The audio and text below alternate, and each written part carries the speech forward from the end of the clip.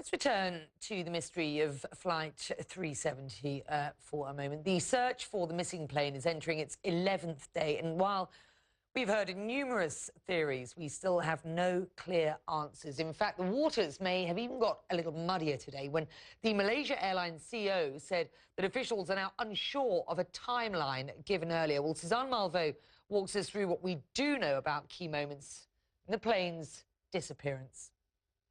Saturday, March 8th at 12:41 a.m. local time, Malaysia Flight 370 takes off from Kuala Lumpur headed to Beijing, China.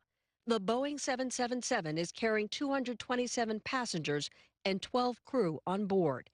26 minutes into the flight, at 1:07 a.m., one of the plane's critical communications sends its final transmission. The onboard computer is called the Aircraft Communications Addressing and Reporting System, or ACARS. It measures thousands of data points about the plane and pilot's performance and sends the information via satellite.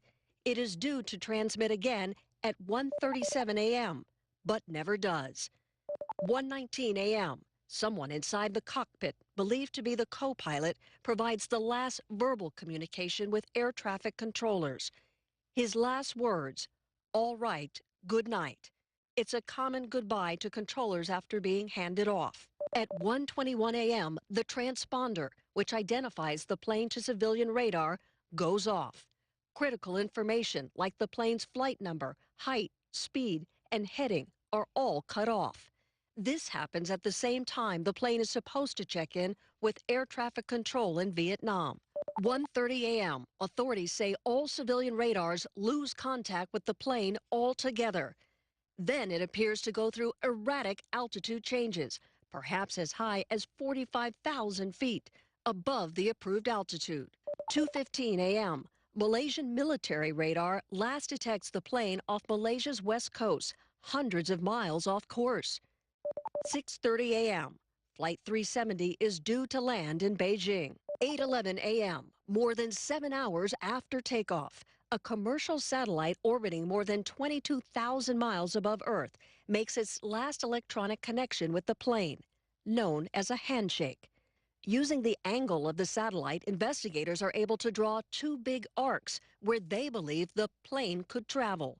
One of those paths spans from Indonesia to the Indian Ocean. The second stretches across Central Asia to northern Thailand. This brings us to the current massive search underway, by land and by sea, involving 26 countries, looking for the missing flight. Well, that was Suzanne Malveaux reporting. One specialist in aviation radar systems says satellite information could reveal key information about that plane's disappearance. I paid a visit to David Stupples to get him to explain.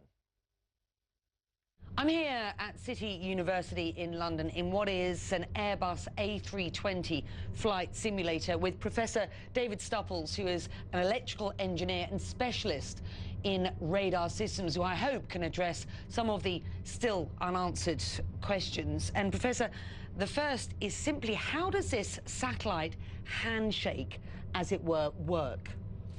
I think you can think of it like the mobile telephone, is that the mobile telephone, even though you're not using it to make a call, is registering continuously with its base stations to say, I am here.